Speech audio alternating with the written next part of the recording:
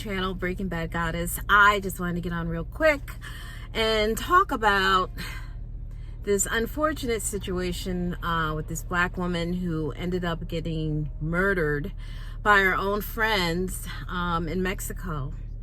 I don't want to go heavily into the details of it. I'm sure there's enough information on YouTube that you can look it up on what happened to this woman. Unfortunately, it's sad, but not uncommon, I don't think, in terms of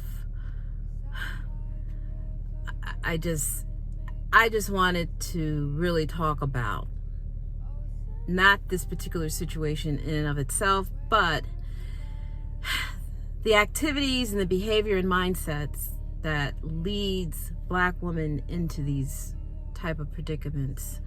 And what I've gathered and where I think black women and even men fail is that we don't gatekeep enough in our lives. We drop the ball when it comes to people who share our phenotype. We really drop the ball in terms of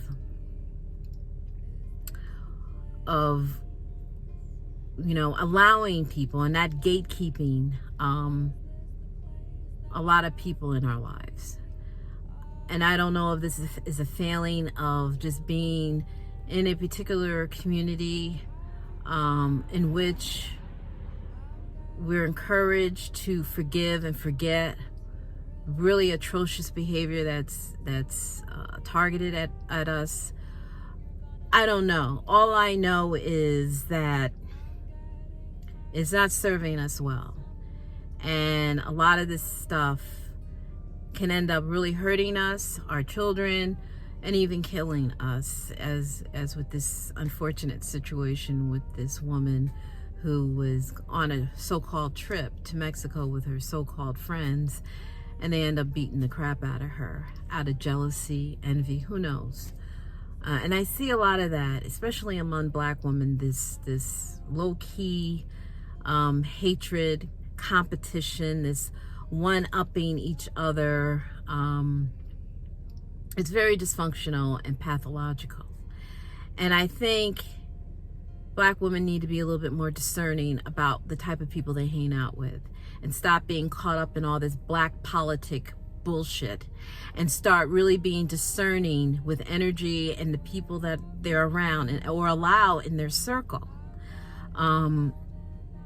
You know when somebody doesn't like you. You should know how it feels. You should be aware of how they just feel it just something's off.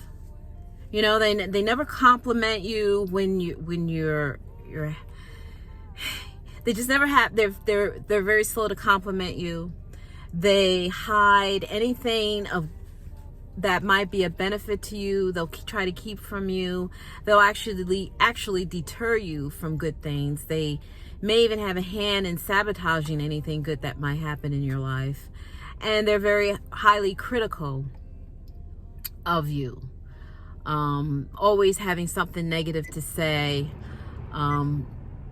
Just low-key hating. And it's not even really low-key. It's just straight up hating. And I don't know if anyone has ever told black women, I'm sure they have, that you have a right to not give access to people. You have a right to say, no, I don't want to be around these type of people. I don't want to be around this person. You don't have to give yourself to people. You don't have to make yourself accessible to other people, especially people that you know really don't like you and don't have your best interest at heart. You can gatekeep, and I highly encourage gatekeeping. I'm a very discriminating person anyways, by nature. I don't allow just anybody in my circle. I mean, I can be very friendly and nice, but that doesn't mean you're going to be at my house. I don't invite everyone to my home. My home is not open to everyone. I don't have much control of who may be in my presence in a public setting or forum, but I do have control of who's in my life or who's in my home on any intimate level. I just don't give people permission to just have access to me. People have to earn that right. They just can't walk into your life. And in the Black community, there is a level of familiarity that people feel they should have access to you just because you're Black. And I just feel that no, that not necessarily. Especially when these individuals have displayed sketchy behavior and have proven themselves to be, dangerous or abusive, not very nice, whether they've done it to other people, you've seen them do it too, or you've experienced directly their negative or dysfunctional behavior right up front. I don't know, but when you see the signs and the red flags, you should heed them. There really is no excuses. Allowing people that that don't like you or are questionable into your life in such a way that they know all your business, they know all your dealings, they know all your other friends. And I just wrote a post on it on my Facebook page about being around these type of people. They're toxic. They're like a cancer, is what I had written. They're a cancer that needs to be excised out. Because like cancer, it spreads. Then it'll start affecting a whole lot of areas in your life and your relationships with other people, whether they're healthy or not. And this is why I strongly suggest a very sovereign-minded attitude when it comes to people. And part of that sovereignty comes under the umbrella of self-preservation and understanding that not everyone should have access to you. Not everyone can be your friend. Not everyone should be in your circle or intimate circle of friends. I don't have that many Black female friends to begin with. And part of it is because of my upbringing, having experienced a lot of negativity towards me from other Black women for a variety of, usually is out of jealousy and envy. For whatever reason, how they perceive me, or maybe I just don't fit the mold of what Black people should be, because my perspective on life, my politic, a lot of things that I think goes very much against the grain of what most Black people should be considered. Keep this in mind, what Black people have normalized. I don't find a lot of the stuff that Black people normalize as good. A lot of it is dysfunctional. And so I tend to go the opposite way. And so that, in a sense, can make me a target. And I knew this growing up, even as a little girl. I would be the target of a lot of bullying and nasty behavior, even physical altercations at times. So, in my perspective, as I was growing up and see a lot of some of these same women, I don't really associate with, but bullies really don't change. They just grow into being grown-ass bullies. They grown women that bully. And you know who they are because they're the same women that will dox you, that will expose you to a lot of, unwarranted threats. And, and all for no other reason other than that perhaps you don't agree with their perspective in life, or they just don't like you. It doesn't take much. You don't even have to do anything. People can just not like you just because, they just don't like the way you look. They don't like your perspective in life. They feel you're some type of threat. Some people don't like you just because they're not you. They like everything that you have in your life and everything that, you exhibit. But because they're not you, that could be a reason in of itself for them to hate on you. So it doesn't take much. And I feel like with Black women in particular, towards other Black women, they can be very vile. And I think sometimes Black males know this and they use it against us. Because a lot of it is wrapped in sexual competition with Black men, and also just a general self-hatred, since they don't really like themselves. I don't think they're able or capable of liking or loving other black women, because it's so endemic and so deep in the psyche that it just manifests itself in this dysfunction and this pathology in our community.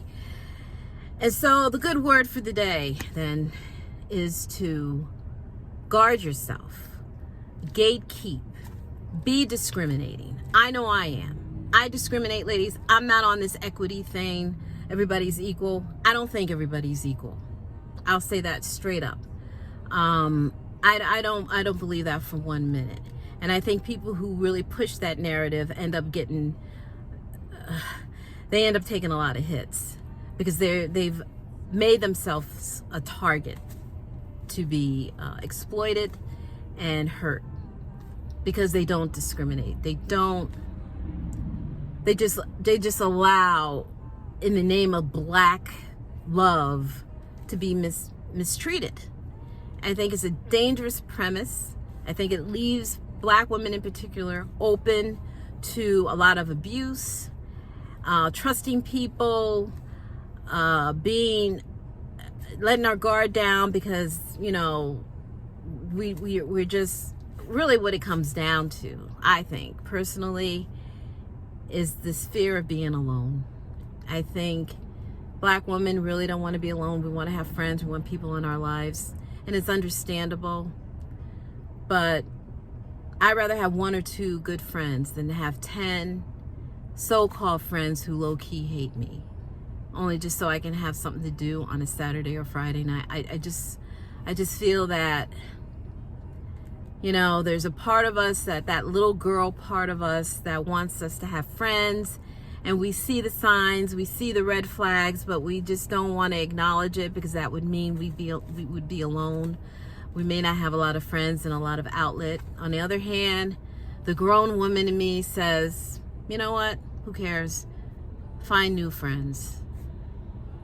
Get out of the ecosystem you're in and start expanding into other ecosystems and meeting different types of people. And don't relegate yourself to just being around people that look like you or even think like you. Expand, but also gatekeep. You can say no, especially in a community that kind of forces itself upon black women, because they feel like they own black women, and they feel that even if they don't like you, they still want you around just so they can exploit your talents for their benefit. And what I'm saying is just stop giving access to just anybody. If people aren't treating you well, you need not be around them. It's as simple as that. It's a simple thing. And a lot of us are so desperate for companionship and friends and family that we fail to recognize the fact that these are the same people who might be the most toxic in our lives. And we need to be more discerning and letting people know that, you have the ability to not give access of yourself to other people. And you should exercise that to the fullest extent for your own protection and for the people you love. Because by extension, whoever has access to you also will have access to people that are important in your life, like your children.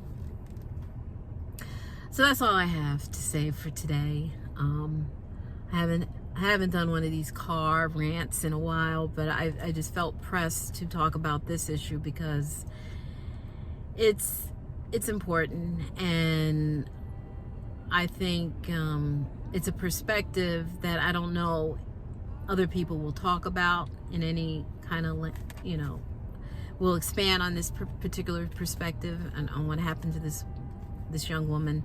It's a sad situation, but not uncommon, I don't think. I think a lot of black women have experienced bullying. We live in a bullying community. When you got media outlets like, what do they call it?